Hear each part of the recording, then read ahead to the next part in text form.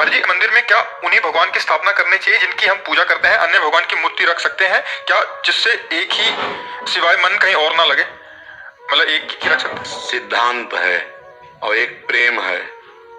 अगर आप सिद्धांत से भगवान शंकर का श्री विग्रह विराजमान करते हैं या लिंग विराजमान करते हैं तो पंच देवता की स्थापना करनी ही पड़ेगी। अंबा जी, गणेश जी, कार्तिकेय जी, नंदिकेश्वर जी, पंचदेव वहां विराजमान करना ही पड़ेगा। ये मर्यादा है। अकेले भगवान शंकर को आप विराजमान नहीं कर सकते, वहां फिर पंचदेव विराजमान होना चाहिए। अब जैसे प्रेम में हमारी भावना है, हम भगवान शिव से प्यार करें, लेकिन जब हम मंदिर विराजमान करेंगे तो वैदिक सिद्धांत के अनुसार विराजमान करेंगे। अब जैसे हमें प्रीति है केवल श्री कृष्ण से, पर जब हम मंदिर बनाएंगे तो राधा कृष्ण विराजमान करेंगे, अकेले श्री कृष्ण नहीं, अकेले राम जी नहीं, सिया राम जी विराजमान। और जहाँ सिया राम जी विराजमान करेंगे तो मर्यादा वहां हनुमान जी विराजमान होने चाहिए।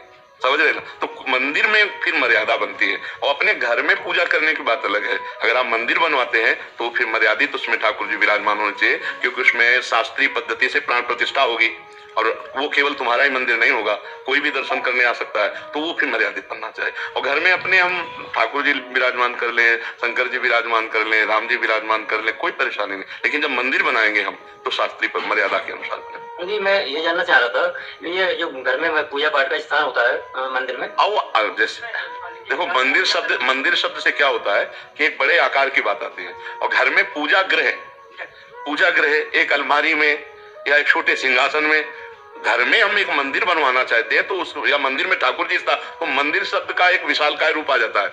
और जब हम घर की पूजा की बात करेंगे तो हम उसमें कहेंगे जो पूजा गृह है उसमें जो ठाकुर जी विराजमान हमारे घर में, वो बोलेंगे हम, तो उसका उत्तर और होगा। और मंदिर शब्द से फिर घर का पूजा गृह का सिंहासन, घर की पूजा गृह की अलमारी, घर में पूजा जो सिंहासन बनाते हैं एक छोटा सा होता है। अब उसमें क्या आप चाहते हो? मैं ये चाहता हूँ गुरु जी जानना, जैसे मान लीजिए मैं हनुमान चालीसा पाठ करता हूँ डेली, उसके बाद शंकर भोलेनाथ की आरती, तो मैं ये जानना चाहता हूँ गुरु जी, जैसे मैं राधा रानी के दर्शन में यदि भजन करना चाहता हूँ तो मेरे को फल जो है एक दिशा में जाना चाहिए या सबका? पहले क्या होता है, प्रारंभ में तो सबकी भक्ति ऐसी होती जैसे आप करते हो। हनुमान चालीसा पढ़ा, शिव चालीसा पढ़ा, दुर्गा चालीसा पढ़ा, राम रक्षा स्तोत्र पढ़ा, रामायण पढ़ लिया, भागवत पढ़ लिया। यही भक्ति करते करते जब हम आगे बढ़ते हैं तब तो हमारी भक्ति एक की तरफ मोड़ लेती है। जैसे भगवान शंकर और पार्वती जी, फिर उसमें एक ज्यादा प्रीत आने लगेगी, सिया राम जी ज्यादा प्रीत आने लगी, राधे श्याम जी ज्यादा, तो जिधर हमारी ज्यादा प्रीत आने लगती है तो हम उधर फिर एकाग्र होने लगते हैं। पर पूजा सबकी ऐसे ही होती है, सबकी प्रारंभिक भक्ति ऐसे ही होती है। क्यों? लगभग सबकी प्रारंभिक भक्ति यही होती है कि एक लोटा शंकर जी में जल चढ़ा दिया, राम जी की आरती कर दी, हनुमान चालीसा पढ़ ली, देवी जी के दर्शन कर ली, प्रारंभ यही से होती है। और पूर्णता में जब आती है तब एक भरोसो, एक बल, एक आत्मविश्वास, एक राम घनश्याम हित चातक तुलसीदास। पर अपने को अभी यही चले, अपने जितनी योग्यता अगर उसके अनुसार चले तो हम ज्यादा लाभ प्राप्त कर लेंगे। अभी जैसे आप छोड़ दो, हम आपको बताएं कि एक की करो तो आपका मन परेशान कर देगा, यार हनुमान जी की रोज चालीसा पढ़ते तो नाराज हो गए तो शंकर जी को रोज आ जाएगा ना, वही अगर इस स्थिति के अनुसार चले और जब स्थिति आ जाएगी तब ये बात नहीं आएगी, तब नहीं आएगी। पहले छोड़ दिया तो ये ना रहा। हाँ, अब देखो गोस्वामी तुलसीदास जी की स्थिति है तो कह रहे बने तो रघुवर ते बने और बिगड़े तो भरपूर और तुलसी और ते बने ताबले बेटे दूर। तो वो स्थिति तो आई नहीं, इसलिए जैसे चल रहे आप ऐसे चलते रहो। कपिल शर्मा जी, राधे राधे शेर में महाराज जी। राधे राधे महाराज जी, घर पर लड्डू गोपाल जी एवं लाडली जी की सेवा विराजित है। महाराज जी, मेरा प्रश्न है कि क्या घर के पात्रों में ठाकुर जी का भोग लगा सकते हैं या अलग पात्र रखते हैं? वैसे हमें लगता है कि ठाकुर जी के पात्र अलग रखे, एक ही थाली, 2 कटोरी, 2 छोटे छोटे गिलास जल के लिए, इतने उनके लिए अलग लगे, उनका भोग अलग लगावे और उसका भोग लगने के बाद अपने पात्रों में पाए।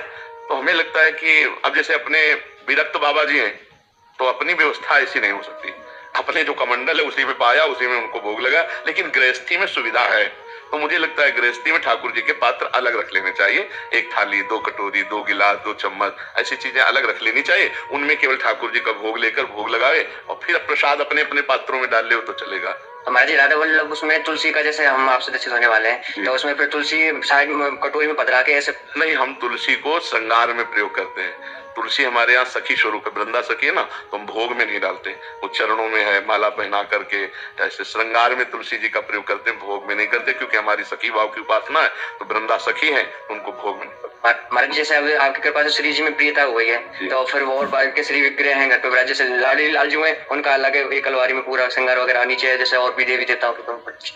अभी बच्चा देखो, तुम अब पूरे घर के गार्जियन तो हो नहीं, अगर तुम घर के गार्जियन बड़े होते फिर पूछते तो हम आपकी स्थिति के अनुसार उत्तर देते।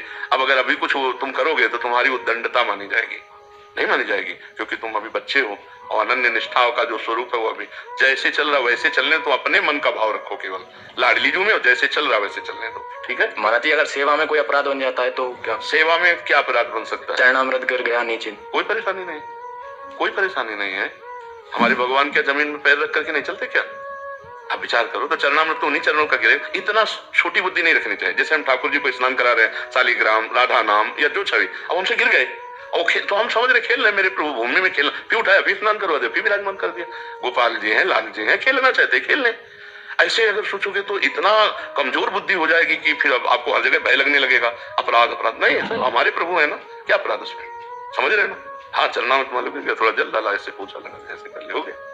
अगर ठाकुर जी भी गिरे तो हाँ कोई अनिष्ट हो गया, ठाकुर नहीं, कुछ नहीं, खेलना चाहते हैं, कूद रहे, बहुत मस्ती के। अरे हम प्रभु के हैं, प्रभु हमारे, समस्त भूमि प्रभु की है, प्रभु अलग कोई वस्तु है क्या? अभी बच्चे हो इसलिए समझ में नहीं आता। आनंद पूर्वक सब प्रभु ही प्रभु है। महाराज जी जैसे हम घर पे सेवा करते हैं, माला वगैरह सारी चीजें करते हैं, घर वाले कहते हैं कि जब माने तुम्हारी भक्ति है, जब तुम कुछ करके सरकारी पद पे चले जाए या चले जाए तो उसको समझाना क्या वृंदावन आगे अब बुला लेती है श्री जी, आ जाते महीने में, अब क्या माई तू तो बाबा जी होगा और ये मतलब तू क्या। हम ये आपसे प्रार्थना करेंगे कि आप अच्छे विद्यार्थी भी बने और आप भगवान का नाम भी जप करें, अपने कर्तव्य को भी करें, जिससे महाराज जी आपके कर्तव्य भी कर रहे हैं और वो बिल्कुल ऐसे कायर ना बने कि माता पिता आदि को असंतोष हो।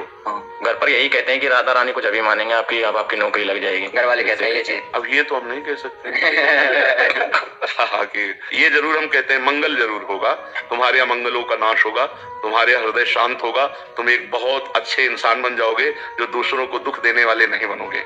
नाम चल रहा है तो नाम आपको एक अच्छा दैवी संपदावान बना देगा, आप एक शांत पुरुष होंगे, आप दूसरों का मंगल करने वाले होंगे। हम भले गरीब हों पर एक महान पुरुष होंगे आप, जो नाम जापक भगवान का भक्त है। अब हम ये तो वादा नहीं कर सकते कि नाम जप करो मुकदमा जीत जाओगे, नाम जप करो नौकरी लग जाएगी। महाराज जी हम उनको समझाते हैं कि नहीं श्री जी वैसे ना, हाँ वैसे ना समझाए तो ज्यादा अच्छा, उनकी हाँ में हाँ मिला दे। अपने बुजुर्गों के बड़े जनों की कोशिश तो हम यही कर रहे हैं कि नौकरी मिले, कोशिश तो यही कर रहे हैं, और अच्छी पढ़ाई पढ़नी चाहिए।